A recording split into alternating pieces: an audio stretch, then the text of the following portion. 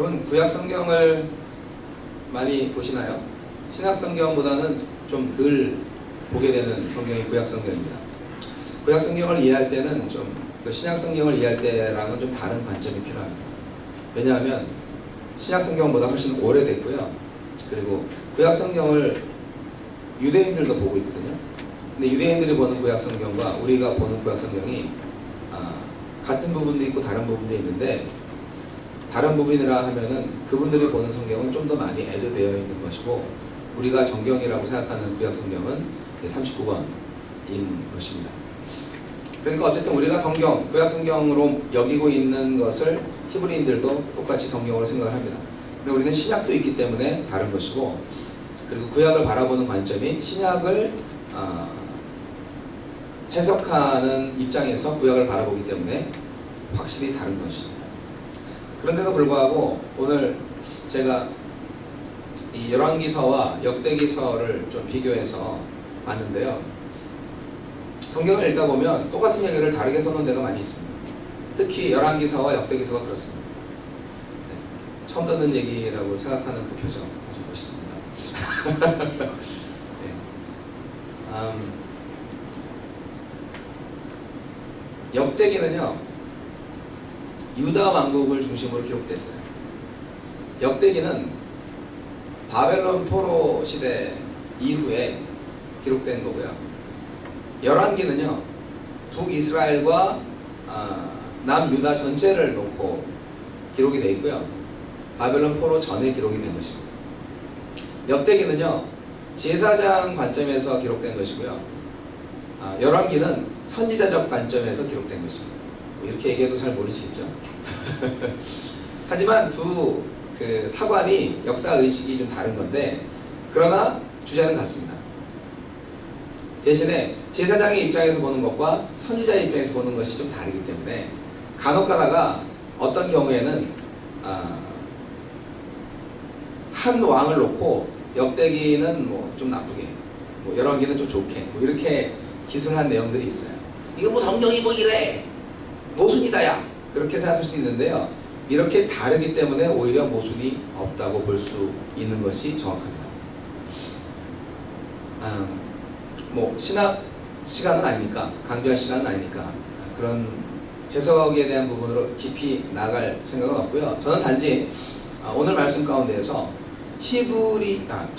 히스기야의 그 이야기, 그리고 히스기야의 어떤 그 남유다 왕으로서 제 그 3대 성분 중에 한 명인데, 이 히스기야가 어떻게 자기 나라를 지키고 하나님으로부터 기도 응답을 통하여서 영광을 받고 많은 부귀영화를 누리고 그렇게 했느냐, 그 가장 핵심적인 진리의 말씀, 교훈을 나누고자 하는데 열왕기서의 그 도움이 좀 필요했기 때문에 그래서 이렇게 함께 성경을 봤습니다. 오늘은 사실은 성경을 전체적으로 좀 많이 봐야 되는데 짧은 시간에 성경책을 찾다 보면 안 되기 때문에, 그래서 꼭 집에 가셔서 여기와 관련된 성경을 찾아보시면 굉장히 흥미진진한 이야기를 접하실 수 있을 것입니다. 아침 드라마보다 훨씬 더 재미있는 이스라엘 무협지를 여러분 보시게 될 것입니다.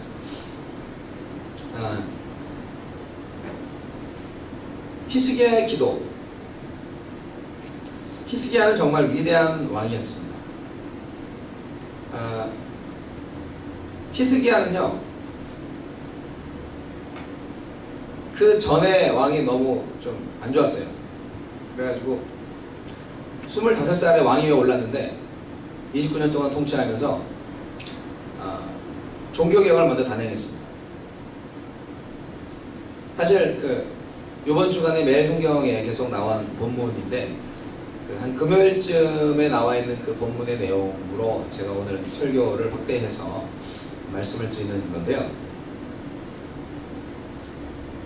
맨 처음에 히스기야는 모든 우상 숭배의 그 본산인 산당, 그리고 나무나 돌로 만들어진 그 우상단지들, 그런 형상들을 다 부셔버렸습니다.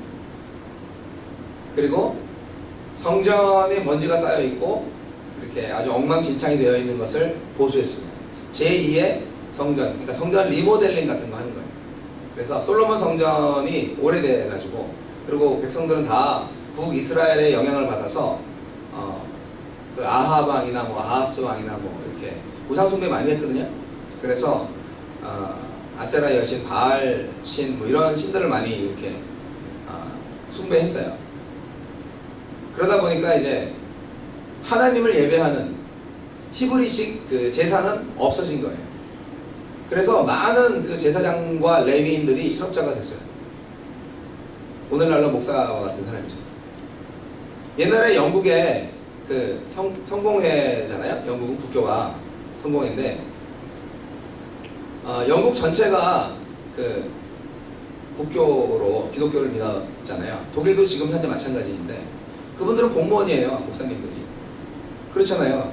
독일 국민들은 아예 헌금 왜 내냐고, 국가에서 저기 월급 다 나오고 그렇게 하는데 헌금 또 낼 필요가 있냐고 그렇게 불만을 토하는 성도들도 있대요. 국가 종교라고 보니까 자발적인 어떤 신앙의 그런 뜨거움이 사라진 거예요. 요즘 영국은 뭐 기독교 인구 숫자가 1%도 안 된다고 그러잖아요. 그러니까 거기도 다 이제 실업자가 된 거죠. 신학교만 남아있고, 교회는 박물관으로 돼 있고. 이 히스기야 시대도 마찬가지였다고 보는 거죠. 그런데 이 히스기야가 종교개혁을 단행하고 이제 성전을 다시 개축을 했어요. 청소하고, 그리고 제사장들도 이제 정결 예식을 다 해서 이제 유월절을 지키는 것을 기점으로 해가지고 아주 엄청난 종교개혁을 단행을 했습니다. 온 백성들이 너무너무 좋아했죠. 그래서 유월절 지키는 바로 그때 너무나 기뻐가지고 일주일 더 하자고 막 그렇게 하고, 수백 마리 백성들이 자기 자신의 어떤 그런 그 가축들을 가지고 와서 이렇게 바치고 그랬습니다.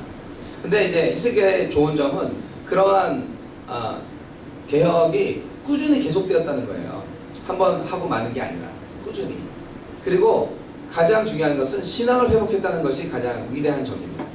그래서 신앙을 회복하기 위해서는 우리가 먼저 예배를 회복해야 된다는 것에 상당히 많은 관심이 있었고요. 그래서 제사장과 레위 사람들을 자기의 지위로 올려놨어요. 그리고 그 지위에 있는 사람들한테 그 반차를 제공할 수 있도록, 그러니까 그들의 그 생활을 할 수 있도록 물질적인 것들을 정확하게 이제 공급하도록 지시를 했습니다. 왕으로서.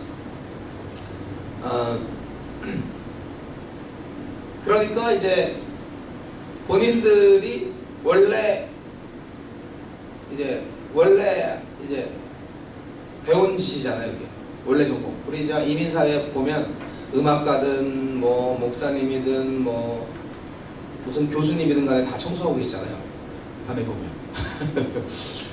제가 지인한테 들은 얘기인데, 자기가 어느 청소회사에서 이렇게 컨트랙터로 일을 하고 그랬는데, 자기 회사에 400명 중에 한 300명 이상은 다 목사님, 사모님이었다고, 그 직원이 그랬다는 그 간증을 들은 적이 있었어요. 끔찍한 일이라고 할 수 있나요? 잘 모르겠어요. 근데 저녁 때 이렇게 목사님 부부가 한 6시부터 한 10시까지 이렇게 일하시고, 시간당 10불씩 받으시고, 그렇게 해서 이제 생활을 하시는 경우죠. 저도 이제 그런 제안이나 요구를 많이 받아요. 네. 그래서 저는 지금도 갈등 중이에요. 해야 하나 말아야 하나. 어쨌든 히스기야 시대에는 그런 그 제사장과 레위인들이, 그러니까 제사장은 제사를 집행하는 실제적인 사람이고, 레위인들은 그 밖에 이제 교회 직원들을 말하는 거예요. 교회에는 목사도 있지만 사무직원도 있고, 뭐 청소하는 사람도 있고, 전기기술자도 있고, 음향 엔지니어도 있고, 다 그렇잖아요. 교회가 커지면 여러 가지 많은 일들을 해야 돼요. 근데 이제 양을 이제 잡아서 각을 뜨고 피 뿌릴 수 있는 사람은 제사장밖에 없어요. 제사를 지낼 수 있는 사람. 나머지 사람들도 일이 다 있는 거예요. 그래서 레위인들 중에서 제사장이 나오는데, 제사장과 레위인들이라고 말했기 때문에 어쨌든 그 지파인 거예요. 이분들은 12지파 안에서 토지를 받지 못한 그런, 오직 성전에서 나오는 것으로만 먹고 살 수밖에 없는 존재들이에요. 그런데 예배가 없어졌기 때문에 이 사람들이 얼마나 힘들었겠어요. 히스기야는 바로 이것을 환원시켜 줬습니다. 저도 히스기야 왕 시대로 가고 싶어요. 자, 이 시대에 정말 예배를 회복할 수 있는 참된 지도자가 누구인가? 잘 모르겠어요. 대통령인지 기업가인지 아니면 뭐 다시 왕정 시대로 가야 되는 건지 잘 모르겠어요. 하지만 요즘 그 민주주의와 또 자본주의 시대를 가고 있는 이 미국 땅에서는 제가 볼 때는 전체 어떤 그 사회를 움직여 나가는 그러한 그 역할의 구심점이 과연 정치가인가 생각을 해보다가도 역시 기업가다라는 생각이 들어요. 좀 위험한 판단일 수도 있는데 기업이 정말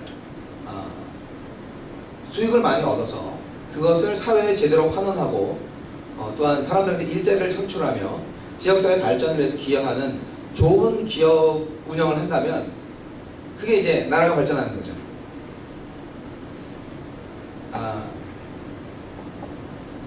모든 정치는요 경제를 위해서 존재해요.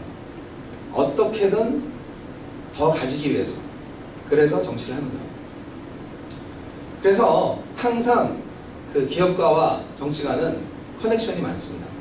좋은 의미에서도 커넥션이 필요합니다. 정치 자금을 누가 주겠어요? 기업하는 사람들이 주죠. 자, 뭐 이런 얘기를 하려고 하는 건 아닌데 오늘날 이것을 적용시키려다 보니까 히스기야 왕의 역할을 과연 누가 해야 되느냐? 제가 볼 때는 목사는 아닌 것 같아요.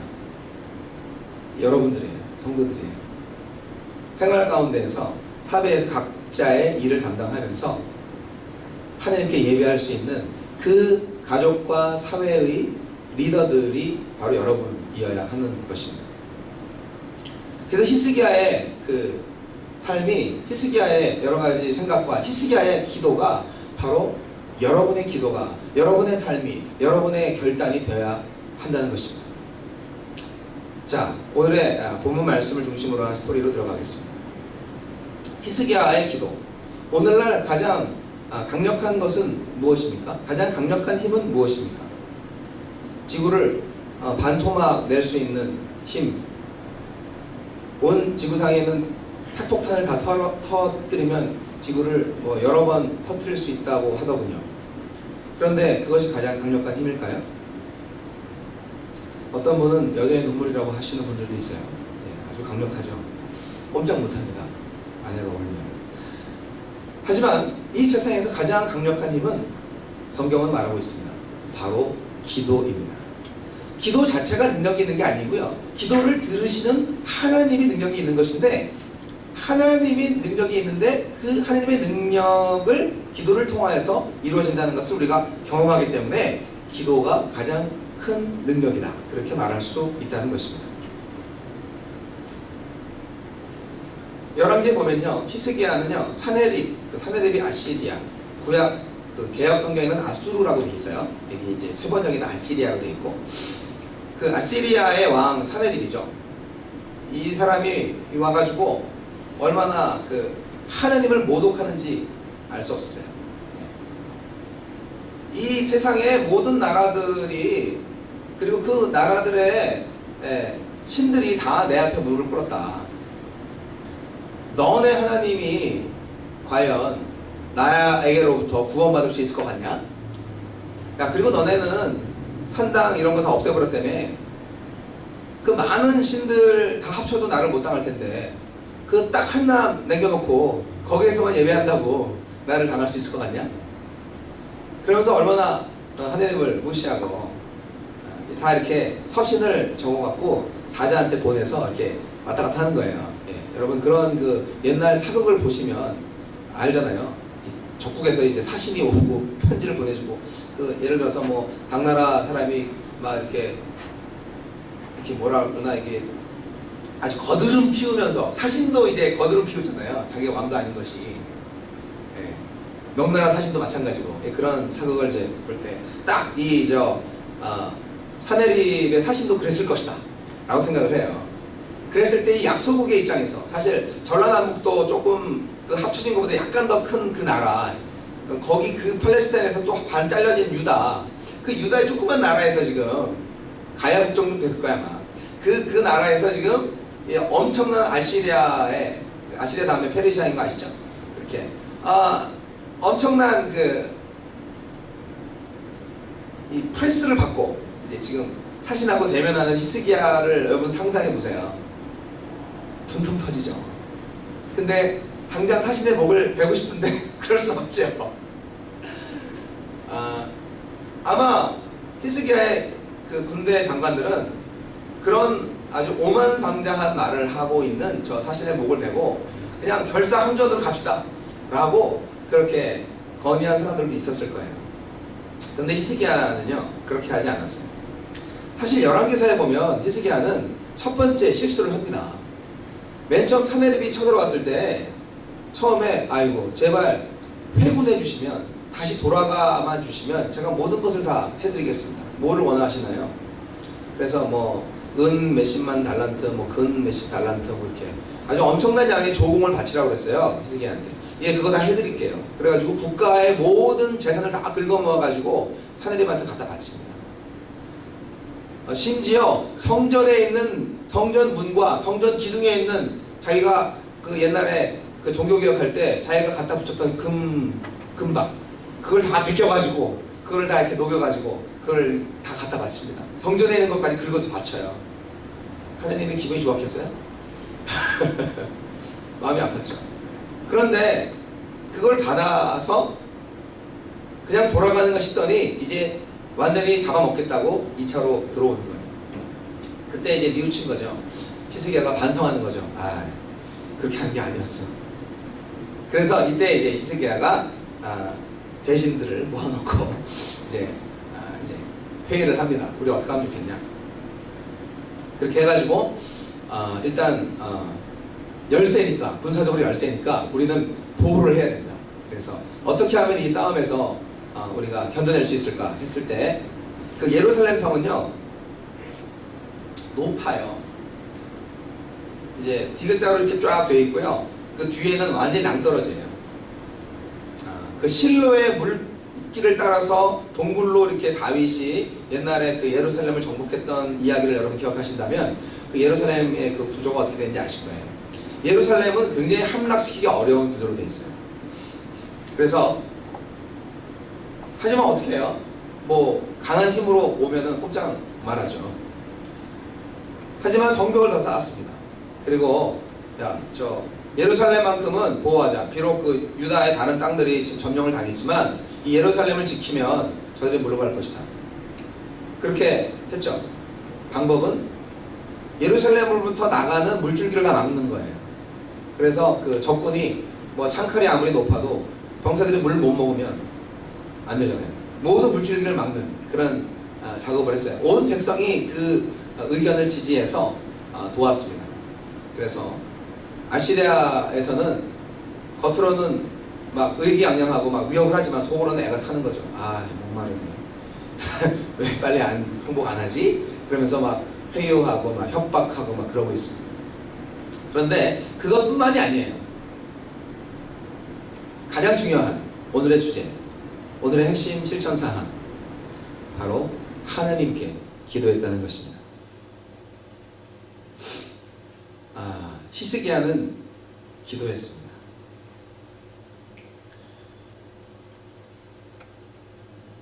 히스기야가 기도하니까 하나님은 정말 백발백중 다 들어주셨습니다. 히스기야는 역대기에서도 29, 30, 31장 3장에 걸쳐서 길게 기록되어 있는 왕인데요. 하가 처음부터 너무 잘했기 때문에 하나님은 히스기야의 기도를 다 들어주셨어요. 히스기야 잘못 없는 거 아니잖아요. 하지만 또 바로바로 반성하고 회개합니다. 다윗이랑 좀 비슷한 것 같아요. 그래서 히스기야의 기도를 들어주시고 결국은 어떻게 됐냐면 간단히 말해서 하느님의 천사가 내려와가지고 그냥 그쪽 아시리아 군대가 하룻밤 사이에 다 멸망했어요. 어째 그런 일이? 성경은 그런 일이 있다고 표현되어 있습니다. 이런 일은 사실 성경에 많습니다.